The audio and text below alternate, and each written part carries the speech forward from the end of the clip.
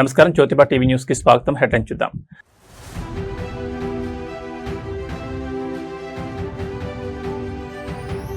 కుప్పం వేదికగా ఏపీ పారిశ్రామిక విప్లవం, స్పీడ్ ఆఫ్ డూయింగ్ బిజినెస్ కు సీఎం చంద్రబాబు శ్రీకారం.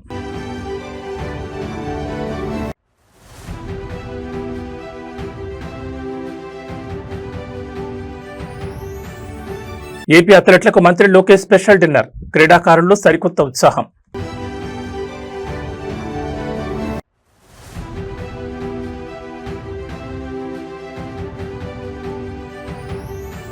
ఢిల్లీ వేదికగా తెలంగాణ కీలక డిమాండ్, కేంద్ర మంత్రి అన్నపూర్ణాదేవితో ఉన్నత స్థాయి భేటీ.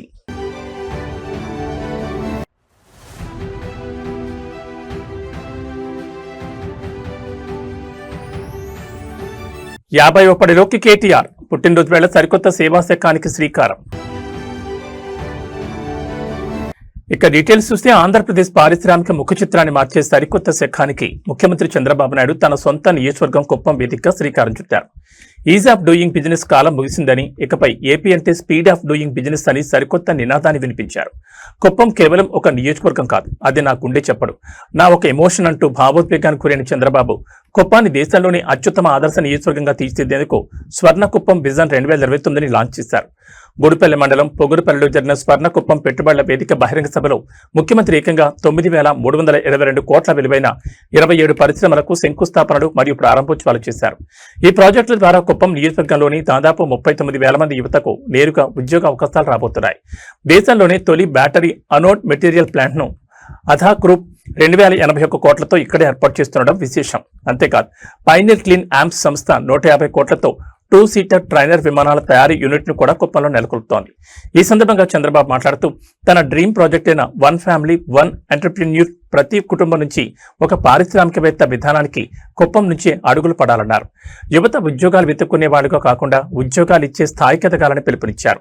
200 కోట్లతో ఏర్పాటు చేసిన ఏబిఐఎస్ ప్రోటీన్స్ చికెన్ ప్రాసెసింగ్ యూనిట్ ద్వారా స్థానిక పౌల్ట్రీ రైతులకు భారీ లబ్ధి చేకూరుతుందని, 44 ఎకరాల్లో విస్తరించిన ఎంఎస్ఎంఈ పార్కు ద్వారా చిన్న పరిశ్రమలకు స్టార్టప్స్ కు అద్భుతమైన వేదిక లభిస్తుందని సీఎం స్పష్టం చేశారు. ఈ రోజు మా యువత ఇక్కడ ఉన్నారు, వాళ్ళకు ఒకటే విజ్ఞప్తి చేస్తున్నా. ఈ పక్క పారిశ్రామికవేత్తలున్నారు, ప్రాస్పెక్టివ్ పారిశ్రామికవేత్తలున్నారు, అందరికీ ఒకటే విజ్ఞప్తి చేస్తున్నా. మీకు మంచి ఉద్యోగం కావాలంటే బెస్ట్ ఉద్యోగాన్ని ఇప్పించే బాధ్యత ముఖ్యమంత్రిగా నేను తీసుకుంటానని మీ అందరికీ హామీ ఇస్తున్నా. ప్రపంచంలో ఉండే బెస్ట్ కంపెనీలు ఇక్కడ తీసుకొస్తాం. రెండోది, నేను కోరుకునేది మా యువత మీరు ఉద్యోగం చేయడం కాదు, మీరు ఉద్యోగాలు ఇచ్చే పరిస్థితిలో ఉండాలంటే మీరు పరిశ్రమలు పెట్టాలి, ఎంఎస్ఎంఈలు పెట్టాలి, స్టార్టప్ కంపెనీలు పెట్టాలి. మీ జీవితంలో మీరు రాణించాలని కుప్పం నుంచే ఈ యొక్క ప్రతి కుటుంబానికి ఒక పారిశ్రామికవేత్త కార్యక్రమాన్ని ప్రారంభిస్తున్నాం. అంతర్జాతీయ క్రీడా వేదికలపై భారత త్రివర్ణ పతాకంతో పాటు ఆంధ్రప్రదేశ్ ఖ్యాతిని సగర్వంగా చాటి చెప్పేందుకు మన ఏపీ అథ్లెట్లు సిద్దమవుతున్నారు. రాబోయే ప్రతిష్టాత్మక కామన్వెల్త్ గేమ్స్, ఆసియా గేమ్స్ లో దేశానికి ప్రాతినిధ్యం వహించబోతున్న రాష్ట్ర ఎలైట్ ప్లేయర్లకు కూటమి ప్రభుత్వం అత్యున్నత ప్రాధాన్యత ఇస్తోంది. ఇందులో భాగంగానే రాష్ట్ర విద్యా, ఐటీ, క్రీడల శాఖ మంత్రి నారా లోకేష్ ఉండవల్లిలోని తన నివాసంలో శుక్రవారం రాత్రి క్రీడాకారులతో కలిసి ప్రత్యేకంగా భేటీ అయ్యారు. వారికి ప్రత్యేకంగా విందు ఇవ్వడంతో పాటు క్రీడాకారుల అవసరాలు, అంతర్జాతీయ స్థాయి శిక్షణకు కావాల్సిన సదుపాయాలపై సుదీర్ఘంగా చర్చించారు. సీఎం చంద్రబాబు నాయుడు నేతృత్వంలో రాష్ట్ర క్రీడా ప్రాధికార సంస్థ అందిస్తున్న అద్భుతమైన మద్దతుపై ప్లేయర్స్ ఆనందం వ్యక్తం చేశారు. కామన్వెల్త్ మరియు ఆసియా క్రీడలకు ఎంపికైన ఆంధ్రప్రదేశ్ చెందిన టాప్ క్లాస్ అథ్లెట్లను మరింత ప్రోత్సహించడమే లక్ష్యంగా మంత్రి నారా లోకేష్ ఈ విందు సమావేశాన్ని ఏర్పాటు చేశారు. ఈ ప్రత్యేక భేటీలో క్రీడాకారులు తమ కెరీర్ మైల్ స్టోన్స్, మెగా ఈవెంట్లకు తాము పడుతున్న శ్రమను మంత్రికి వివరించారు. ఏపీలో గతంలో నిర్వీర్యమైన క్రీడా రంగానికి సీఎం చంద్రబాబు నాయుడు, మంత్రి లోకేష్ సరికొత్త ఊపిరి ఊదారని ప్లేయర్స్ కొనియాడారు. అంతర్జాతీయ పోటీల్లో పాల్గొనే ప్లేయర్లకు వరల్డ్ క్లాస్ కోచింగ్, స్పాన్సర్షిప్ మరియు అవసరమైన కిట్స్ అందించడంలో శాప్ ఎంతో చురుగ్గా వ్యవహరిస్తోందని వారు గుర్తు చేశారు. తమకు ఇంతటి గొప్ప గౌరవాన్ని, నిరంతర ప్రోత్సాహాన్ని అందిస్తున్న ముఖ్యమంత్రి చంద్రబాబు నాయుడుకి, మంత్రి లోకేష్ కి శాప్ అధికారులకు, క్రీడాకారులు తమ ప్రత్యేక కృతజ్ఞతలు తెలియజేశారు. క్రీడాకారులను ఉద్దేశించి మంత్రి లోకేష్ మాట్లాడుతూ, మీరు మైదానంలోకి దూసుకెళ్లండి, మీకు వెనుక ఉండి నడిపించే పూర్తి బాధ్యత ప్రభుత్వం తీసుకుంటుంది. పథకాలే లక్ష్యంగా రాణించి దేశ రాష్ట్ర ఖ్యాతిని పెంచాలని పిలుపునిచ్చారు.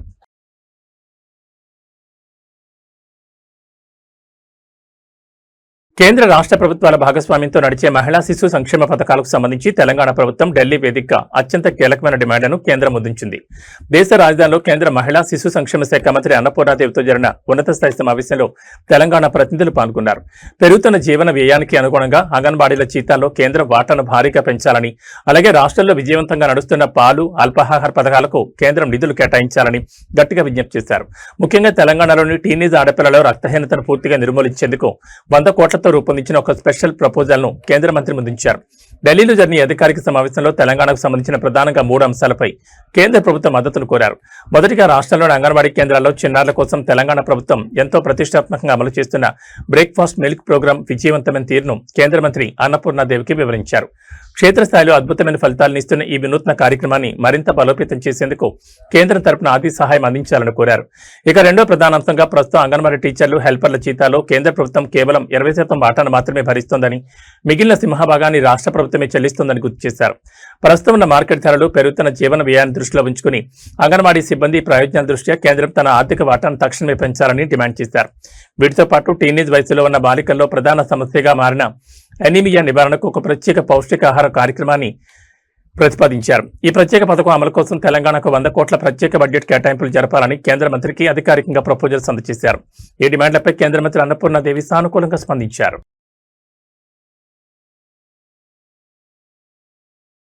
రాజకీయాల్లో నిత్యం బిజీగా ఉంటూ ప్రజా సమస్యలపై గళమెత్తే బీఆర్ఎస్ వర్కింగ్ ప్రెసిడెంట్ కేటీఆర్ తన వ్యక్తిగత జీవితంలో ఒక అద్భుతమైన మైలుస్టోన్ మరింత అర్థవంతంగా మార్చుకున్నారు. ఈ ఏడాది జూలై 24వ తేదీతో కేటీఆర్ 50వ పట్లకు అడుగుపెడుతున్నారు. ఈ 50వ పుట్టినరోజు సందర్భంగా సమాజానికి ఉపయోగపడే ఒక గొప్ప సేవా కార్యక్రమానికి ఆయన శ్రీకారం చుట్టారు. హైదరాబాద్ లో జరిగిన స్పర్శ సంస్థ వార్షికోత్సవంలో పాల్గొన్న ఆయన తల్లిదండ్రులు లేని 50 మంది నిరుపేద యువతుల ఉన్నత చదువులకు, వారి ఉపాధి సాధికారతకు తన సొంత నిధుల నుంచి పూర్తి ఆర్థిక సహాయాన్ని అందిస్తానని ప్రకటించి అందరి హృదయాలు గెలుచుకున్నారు. మహిళల విద్య, నైపుణ్యాభివృద్ధి ద్వారా వందలాది నిరుపేద కుటుంబాల్లో వెలుగులు నింపుతున్న స్పర్శ సేవా సంస్థ వార్షికోత్సవ వేడుకలు హైదరాబాద్ జీఆర్సీ కన్వెన్షన్ సెంటర్లో ఘనంగా జరిగాయి. ఈ కార్యక్రమానికి ప్రముఖ నటి, సామాజిక కార్యకర్త అమలా అక్కినేనితో కలిసి కేటీఆర్ హాజరయ్యారు. ఈ సందర్భంగా కేటీఆర్ మాట్లాడుతూ బాధ్యతాయుతమైన పౌరుడిగా సమాజంలో అవసరాల్లో ఉన్న వారిని ఆదుకోవడం మన అందరి కనీస ధర్మమన్నారు. అందుకే ఈ ఏడాది నుంచి తల్లిదండ్రులు లేని 50 మంది యువతుల విద్య, భవిష్యత్ బాధ్యతను తాను పూర్తిగా స్వీకరిస్తున్నట్లు ప్రకటించారు. ప్రభుత్వ సాయంతో సంబంధం లేకుండా తన సొంత సంపాదన నుంచి ఈ 50 మంది విద్యార్థుల ఫీజులు, హాస్టల్ ఖర్చులు మరియు ఇతర విద్యా సామగ్రి ఖర్చులను భరిస్తానని స్పష్టం చేశారు. పేదరికం కారణంగా ఏ ఒక్క ఆడపిల్ల చదువుకు దూరం కాకూడదనే ఉద్దేశంతోనే ఈ నిర్ణయం తీసుకున్నట్టు చెప్పారు. ఈ సందర్భంగా మహిళా సాధికారత కోసం నిరంతరం శ్రమిస్తున్న స్పర్శ ఎన్జీఓ ప్రతినిధులను కేటీఆర్ మరియు అమలా అక్కినేని ప్రత్యేకంగా అభినందించారు. So what I would like to do is, instead of just possibly just cheering you on, I will commit to sponsoring and supporting 50 young girls from this year. I will do it from my personal account. Hopefully, like I told you last time, I'll also raise awareness. I'll also connect you to more people. I'll probably also help you connect to other, good donors who would come forward, who would also fund you. And I'm hoping that, I'm only doing this with one intent. My daughter is 17. She goes to college this year. And I can imagine if she didn't have a father, if she didn't have a parent, if she had an upward battle, what could have happened to her? I think, there's no point in living as a human being if you don't have that empathy, if you don't have that sense of despair when you see somebody who is underprivileged, sense of frustration when you can't help somebody who is in need. Today, I think whoever is upstairs has been very kind to me, has given me a lot, and whatever little I can give back to the society in the form of supporting these wonderful initiatives. Global manufacturing hub గా భారత్ నిలిపే దిశగా కేంద్ర ప్రభుత్వం మరో భారీ అడుగు వేసింది. దేశ ఆర్థిక పారిశ్రామిక రంగాల రూపురేఖలను మార్చేలా శనివారం ఒకే రోజు 1,00,000 కోట్లకు పైగా నిధులతో కూడిన మెగా ప్రాజెక్టులకు ప్రధానమంత్రి నరేంద్ర మోడీ స్వయంగా శ్రీకారం చుట్టారు. రాజస్థాన్, గుజరాత్ రాష్ట్రాల్లో సుదీర్ఘంగా సాగిన ఈ పర్యటనలో విమానయానం, మెట్రో రవాణా, గ్రీన్ ఎనర్జీ, పెట్రోకెమికల్స్ తో పాటు ఎంతో కాలంగా దేశం ఎదురు చూస్తున్న సెమీ కండక్టర్ చిప్ తయారీ రంగానికి మోదీ బూస్టింగ్ ఇచ్చారు. ప్రధాని నరేంద్ర మోడీ తన పర్యటన రాజస్థాన్లోని జోధ్పూర్ లో ప్రారంభించారు.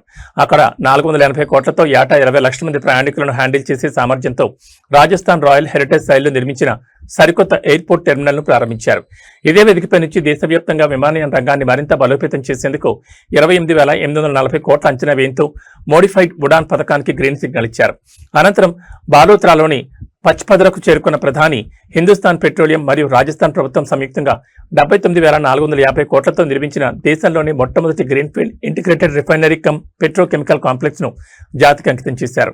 అలాగే 13,000 కోట్ల జైపూర్ మెట్రో ఫేజ్ 2 ప్రాజెక్టుకు శంకుస్థాపన చేయడంతో పాటు బికనీర్లో నిర్మించిన 1300 మెగావాట్ల సోలార్ పవర్ ప్లాంట్ ను ప్రారంభించారు. ఇక పర్యటన ముగింపులో గుజరాత్లోని సనంద్కు చేరుకున్న PM Modi India semiconductor machine కింద 7,500 కోట్లతో టాటా మరియు సిజీ సెమీ సంయుక్తంగా నిర్మించిన అత్యాధునిక ఓఎస్ఏటి సెమీకండక్టర్ ప్లాంట్ ను లాంచ్ చేశారు.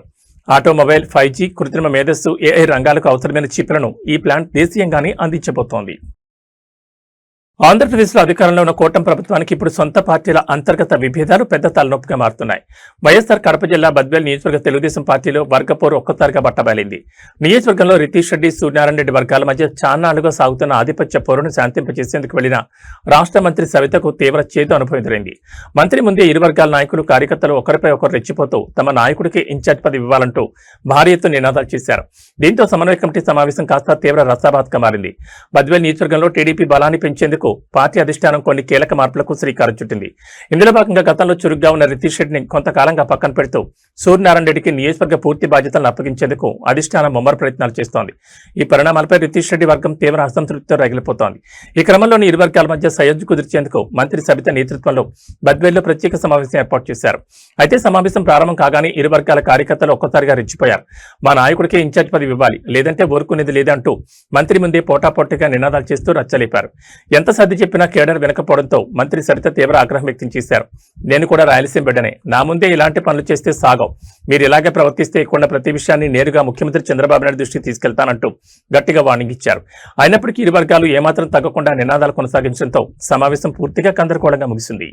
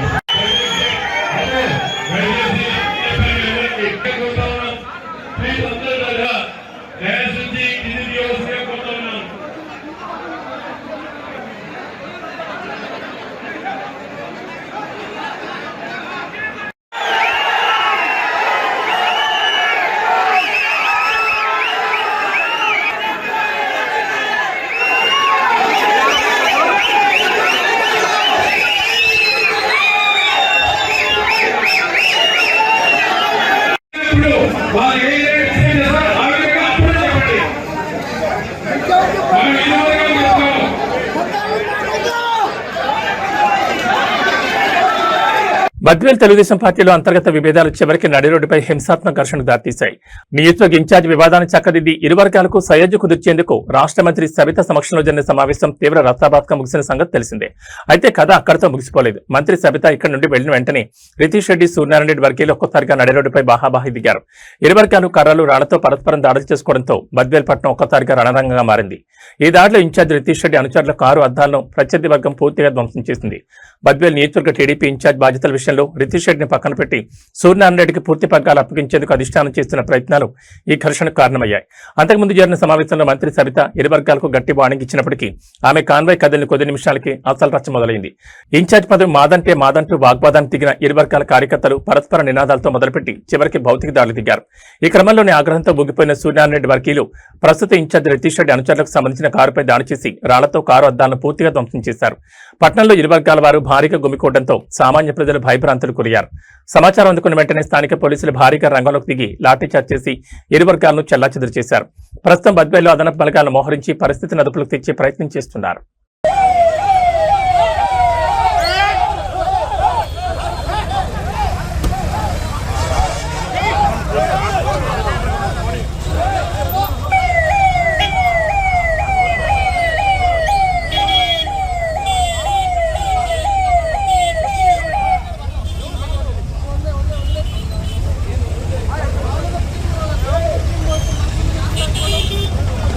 హైదరాబాద్ నగరంలో చెరువుల పరిరక్షణ, ఎన్క్రోచ్మెంట్ల తొలగింపు పేరిట దూసుకుపోతున్న హైడ్రా బుల్డోజర్లు చివరికి పేద మధ్యతరగతి ప్రజల పొట్టకొడుతున్నాయా? లంబాడీలు, బడా వ్యాపారుల అక్రమ కట్టడాలను ముట్టుకోని అధికారులు వీధి వ్యాపారులపైనే తమ ప్రతాపం చూపిస్తున్నారా? కూకట్పల్లి ఏరియాలోని మోతీనగర్ చౌరస్తా సాక్షిగా ఈ రోజు జరిగిన హైడ్రా కూల్చివేతల పర్వం చూస్తే ఎవరికైనా కన్నీళ్లాగు. ఎలాంటి ముందస్తు సమాచారం, నోటీసులు లేకుండా శనివారం ఉదయాన్నే విరుచుకుపడ్డ అధికారులు సుమారు కొన్ని వందల చిన్న వ్యాపార దుకాణాలు నేలమట్టం చేశారు. భర్తను కోల్పోయి ఒక చిన్న షాపు ద్వారా జీవనం సాగిస్తున్న ఒక అభాగ్యురైన మహిళా వ్యాపారి ఆవేదన నగర ప్రజలను కదిలిస్తోంది. కూకట్పల్లి పరిధిలోని మోతీనగర్ చౌరస్తా ప్రధాన రహదారి పక్కన వందలాది కుటుంబాలు చిన్న తోపుడు బండ్లు, డబ్బా షాపులు పెట్టుకుని దశాబ్దాలుగా జీవనం సాగిస్తున్నాయి. అయితే ఈ రోజు ఉదయం జీహెచ్ఎంసీ మరియు పోలీస్ బలగాలతో కలిసి వచ్చిన హైడ్రా అధికారులు కనీసం లోపల ఉన్న సామగ్రిని కూడా సర్దుకునే సమయం ఇవ్వకుండా దుకాణాలను కూల్చివేయడం ప్రారంభించారు. ఈ క్రమంలో భర్తను కోల్పోయి ఆ చిన్న షాపే సర్వస్వంగా బతుకుతున్న ఒక మహిళ తన జీవనోపాధిని బుల్డోజర్లు మింగేస్తుంటే అధికారుల కాళ్లపై పడి రోధించిన తీరు ఆ కొండవారిని కలిచివేసింది.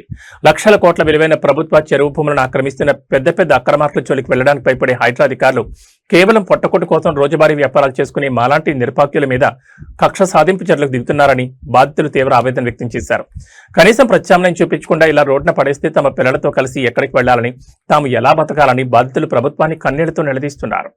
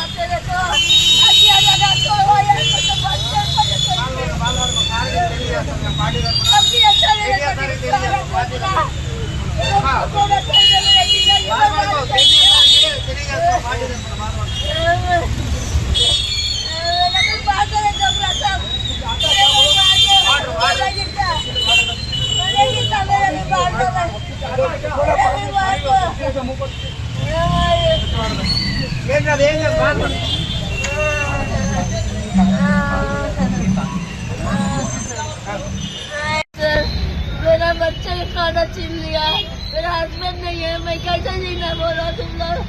मेरा नंबर तोड़ दिया तो मैं क्या खाऊं। इतने साल से, आज 30 साल 35 साल से है मैं जीना। आज कहाँ जा बोलो, मेरा मरद मर कितने साल हो गया, 9 से मेरे साल हो गए। आज कहाँ जाना मैं बोलो। तुम लोग सब बर्बाद कर, तुम लोग की जिंदगी बर्बाद हो जाएगा, देख लेना तबाह हो जाएगा तुम लोग की जिंदगी। रेवंत रेड्डी कुलचे हाइड्रा जिंदगी बर्बाद होगा तुम लोग का। कभी अच्छा नहीं रहेगा तुम लोग मेरा चीज छोड़ के, कभी अच्छा नहीं रहेगा, कभी अच्छा नहीं रहेगा तुम लोग का। सारा डोकला ఆధునిక సమాజంలో ఇంకా కుల బహిష్కరణలు, సామాజిక వివక్షలు కొనసాగడం సిగ్గుచేటు.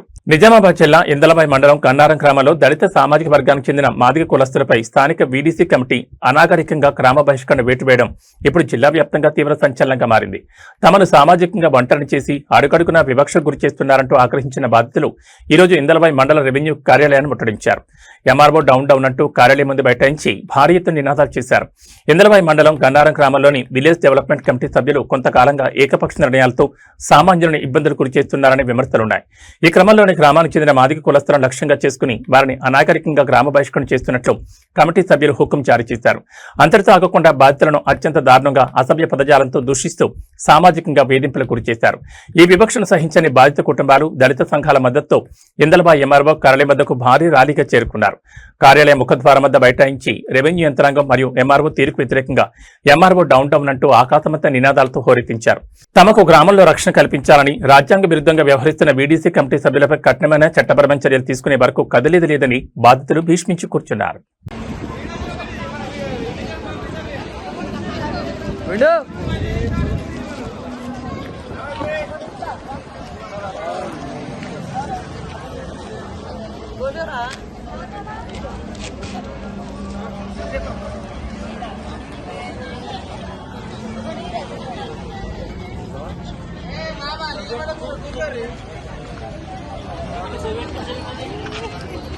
జయసేన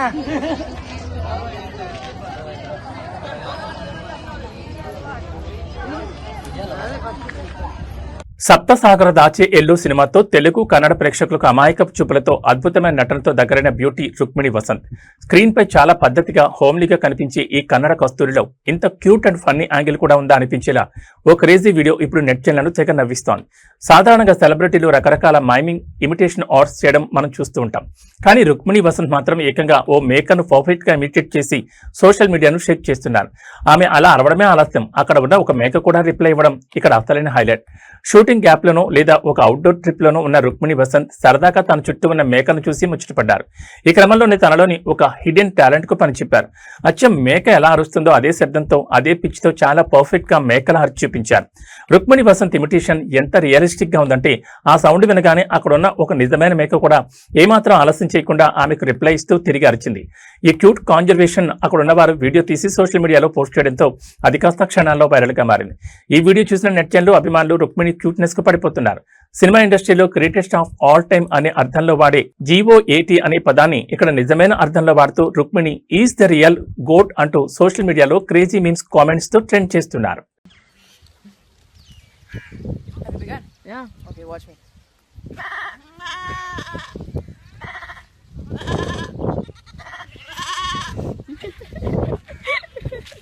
గత 2 రోజులుగా వరుసగా భారీ పెరుగుతూ కొనుగోలుదారుల కుండెల్లో రైలు పరిగెత్తించిన బంగారం ధరలు ఇవాళ పసిడి ప్రియులకు స్వల్ప ఉపశమనాన్ని ఇచ్చాయి. హైదరాబాద్ బులియన్ మార్కెట్లో వరుసగా పరుకు బ్రేక్ వేస్తూ ఇవాళ గోల్డ్ రేట్లు స్వల్పంగా తగ్గుముఖం పట్టాయి. అంతర్జాతీయంగా డాలర్ ఇండెక్స్ ఒడిదుడుకులు, మార్కెట్ లాభాల స్వీకరణ నేపథ్యంలో 24 క్యారెట్ల మేలిమి బంగారం మరియు 22 క్యారెట్ల ఆభరణాల బంగారం ధరల్లో మార్పులు చోటు చేసుకున్నాయి. అయితే వెండి మాత్రం ఏమాత్రం తగ్గకుండా కిలో 2,60,000 రూపాయల గరిష్ట స్థాయి వద్ద కొనసాగుతోంది. హైదరాబాద్ బులియన్ మార్కెట్లో ఇవాళ 24 క్యారెట్లకు చెందిన 10 గ్రాముల మేలిమి బంగారం ధర 270 రూపాయల మేర తగ్గింది. దీంతో నిన్నటి భారీ ధర నుంచి దిగివచ్చి ప్రస్తుతం మార్కెట్లో 10 గ్రాముల రేటు 1,46,730కి చేరింది. అదేవిధంగా సామాన్యులు ఎక్కువగా కొనుగోలు చేసి 22 క్యారెట్లకు చెందిన 10 గ్రాముల ఆభరణాల బంగారం ధర కూడా 250 మేర తగ్గింది. ఈ తగ్గుదలతో ప్రస్తుతం మార్కెట్లో 22 క్యారెట్ల గోల్డ్ రేటు 1,34,500 పలుకుతోంది. బంగారం ధరలు ఇలా స్వల్పంగా దిగివచ్చినా వెండి మాత్రం ఏమాత్రం తగ్గలేదు. మార్కెట్లో ఇవాళ కేజీ వెండి ధర 2,60,000 వద్ద ఎలాంటి మార్పు లేకుండా స్థిరంగా కొనసాగుతోంది.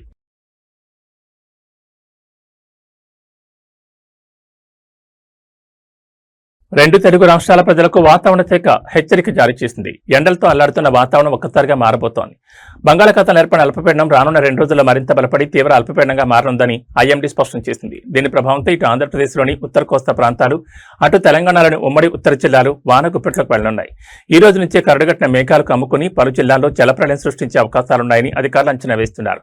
వాతావరణ శాఖ తాజా బులెటిన్ ప్రకారం బంగాళాఖాతంలో కదులుతున్న ఈ అల్పపీడన వ్యవస్థ వల్ల ఈ రోజు నుంచి ఆంధ్రప్రదేశ్లోని ఉత్తర కోస్తా జిల్లాలో ఎడతెరిపి లేకుండా భారీ వర్షాలు కురిసే ఆస్కారం ఉంది. ముఖ్యంగా విశాఖపట్నం, విజయనగరం, శ్రీకాకుళం, ఉభయ గోదావరి జిల్లాల యంత్రాంగాన్ని అప్రమత్తం చేశారు. అదే సమయంలో దక్షిణ కోస్తాంధ్రతో పాటు రాయలసీమ వ్యాప్తంగా అక్కడక్కడ చెదురుమదురుగా ఓ మోస్తరు వర్షాలు పడే అవకాశం ఉంది. ఇక తెలంగాణ విషయానికి వస్తే హైదరాబాద్ వాతావరణ కేంద్రం ఉత్తర తెలంగాణకు హై అలర్ట్ జారీ చేసింది. ముఖ్యంగా ఉమ్మడి ఆదిలాబాద్, నిజామాబాద్, జగిత్యాల, పెద్దపల్లి జిల్లాల్లో భారీ నుంచి అతి భారీ వర్షాలు కురిసే అవకాశం ఉందని శాస్త్రవేత్తలు స్పష్టం చేశారు. కొన్ని లోతట్టు ప్రాంతాలు జలమయమయ్యే ప్రమాదం ఉందని, వాగులు వంకలు పొంగిపొర్లు ఛాన్స్ ఉందని హెచ్చరించారు. వర్షాలతో పాటు గంటకు 40 నుంచి 50 కిలోమీటర్ల వేగంతో ఈదురుగాలులు వీస్తాయని, పిడుగులు పడే ప్రమాదం కూడా ఉన్నందున రైతులు, గ్రామీణ ప్రజలు చెట్ల కింద, బలహీనమైన గోడల కింద ఆశ్రయం పొందొద్దని సూచించారు.